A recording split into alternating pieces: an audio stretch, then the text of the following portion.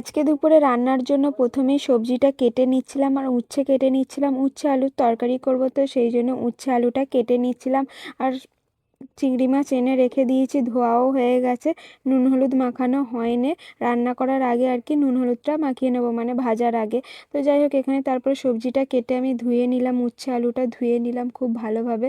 তো তারপরে এখানে আমি ভাতের জলটা গরম করতে দিয়ে দিলাম। আর কিছুক্ষণ পর ভাতের জলটা গরম হয়ে গেল, আমি এখানে চালটা ধুয়ে দিয়ে দিলাম আর কি হাঁড়ির মধ্যে, দিয়ে ভাতটা বসিয়ে দিলাম। তো তারপরে কড়াই তেল দিয়ে দিয়েছিলাম, তেলটা গরম হয়ে যাওয়ার পরে এখানে উচ্ছেগুলো ভেজে নিচ্ছিলাম। তো যাই হোক, কিছুক্ষণ উচ্ছেগুলো ভাজা হয়ে যাওয়ার পরে আমি এখানে পেঁয়াজ আলু টমেটো দিয়ে দিলাম, দিয়ে বেশ কিছুক্ষণ ভাজা করলাম।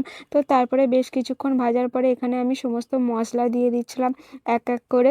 সমস্ত মশলা দিয়ে আমি তারপর আরও কিছুক্ষণ ভাজা করলাম। তো তারপরে আমি ফাইনালি সমস্ত মশলা দিয়ে একটু ভেজে নিয়ে আর কি তারপরে আমি জল দিয়ে দিলাম, দিয়ে উচ্ছে আলুর তরকারিটা বসিয়ে দিলাম, দিয়ে চাপা দিয়ে দিয়েছিলাম। কিছুক্ষণ পর দেখলাম আলুগুলো সেদ্ধ হয়ে গেছে আর তরকারিটাও আমার হয়ে গেছে আর কি। তো তরকারিটা আমি নামিয়ে নিলাম। তো যাই হোক, উচ্ছে আলুর তরকারিটা করে নিলাম। তো তারপরে এদিকে ভাতও হয়ে গিয়েছিলো, ভাতের ফ্যানটা আমি গড়িয়ে নিলাম খুব সাবধানে। তো যাই হোক, ভাতের ফ্যানটা গড়িয়ে নিয়ে রেখে দিলাম, ভাতটাও হয়ে গেল। আর এদিকে চিংড়ি মাছ যে এনে রেখে দিয়েছিলাম ধোয়া হয়ে গিয়েছিলো, নুন হলুদটা মাখিয়ে নিলাম ভাজার আগে।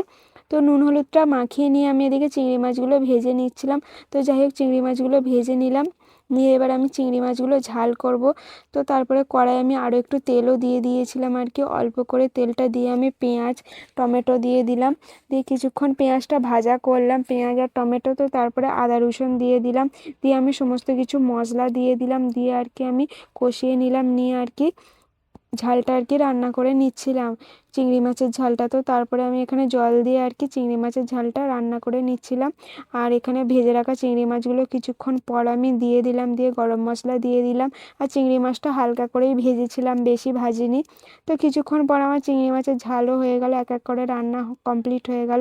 আজকে রান্না করেছিলাম ভাত, উচ্ছে আলুর তরকারি, চিংড়ি মাছের ঝাল, মা আর আমি খেয়ে নিলাম।